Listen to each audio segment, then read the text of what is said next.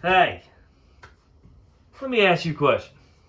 Have you ever been to the racetrack and everything's going pretty good, everything's going smooth, right?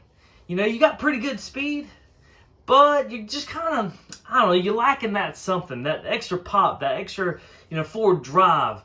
And you're looking to make a change. And you look down at the front of the go-kart and you see the front end geometry and you're thinking about changing it. But if you do, you're scared your race day is going to start turning into something like this.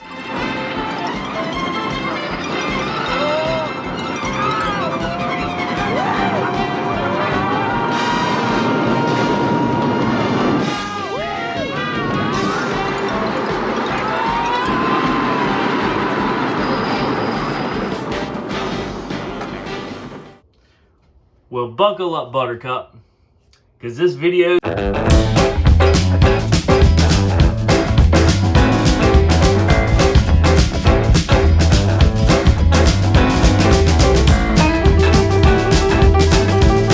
Before we get into this video, I know what you're thinking. You're thinking, Dave, why in the world would you make a video inside your race trailer? And that's easy, because, ladies and gentlemen, when you're at the racetrack, that's where the magic happens. So today we're going to talk about caster. And normally when you bring up caster or any kind of front end geometry to people, this is what they think of. And I assure you, it's not black magic and it's not voodoo, okay? And I wanted to make a video to kind of give you the meat and potatoes of how caster works and how it affects your go-kart, so it can be a tool for you at the racetrack to hopefully find speed. So, what is caster? Caster is the forward or the back of the steering axis in relation to the vertical axis of the tire or the pivot point of the tire. Whoa, this is heavy. I know that's a lot of jargon, so I took my dry erase board here and I drew a visual, okay? Now, don't burn me because I know it's not drawn to scale, okay? And some of my angles are exaggerated, but that's just to kind of help make the example a little bit easier, okay? So, this is your tire. That's the vertical axis of the tire, and this is your spin alarm, okay? Now, whenever you're adjusting your caster, essentially what you're adjusting is what they call camber gain. Well, what is camber gain? Okay? Camber gain is the amount of camber that increases when you turn your steering wheel.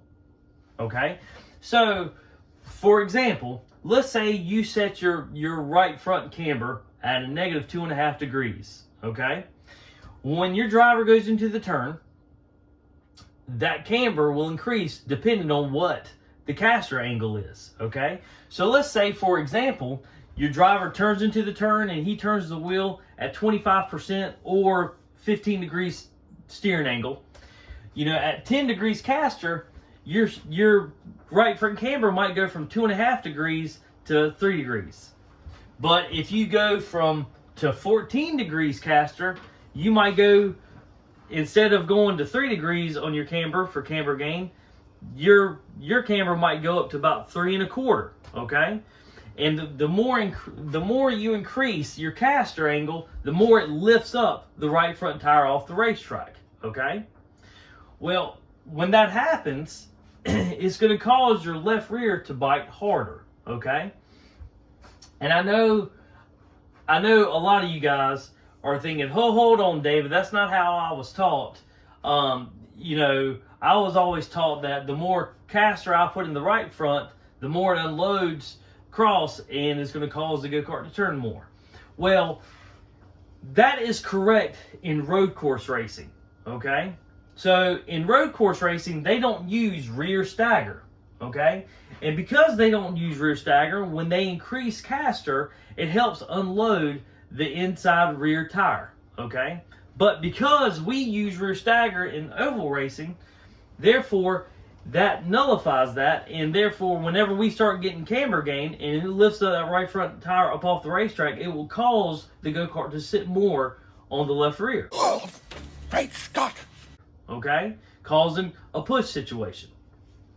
So what then happens if we go from 10 degrees to 5 degrees? Well, when you go to 5 degrees, Now you're not getting as much camber gain, and it drives that right front into the racetrack. Okay? So, so then what happens to the left front? Well, the left front works the same way. Okay? If you're at 7 degrees on your left front and you go to 10 degrees, it's going to cause your right rear to bite harder. Why? Again, rear stagger. Okay? If you go from 7 degrees on your left front to 5 degrees on your left front of caster, then the left front is going to bite harder. Okay? So essentially, that's kind of how it works with staggering. Again, on road course racing, it works opposite because they're not using any stagger. Well, David, what is caster split? Well, caster split is the difference between the left front caster degree and the right front caster degree. So if you're running 7 degrees on the left front and 10 degrees on the right front, then you have a 3-degree split. Well, what does caster split do? Well, the larger the split, like let's say you go from 3 degrees of a caster split to 7 degrees, the go-kart is going to want to pull into the turn more. Okay, so it's going to cut in and turn into the turn more. However, because caster and camber are weight jackers, it's going to cause the go-kart to push more center off. Okay, now if you close the caster split and you go from 5 degrees to 1 degree, the steering wheel is going to be way more responsive and the go-kart's going to turn more. Okay, well the go-kart, you're going to have to physically turn the steering wheel more to get the go-kart into the turn, but the go-kart will then rotate more center off. Okay, so you'll get a lot more feel in the steering wheel. Okay, and you're going to have to physically turn it more into the turn. However, it will turn more center off.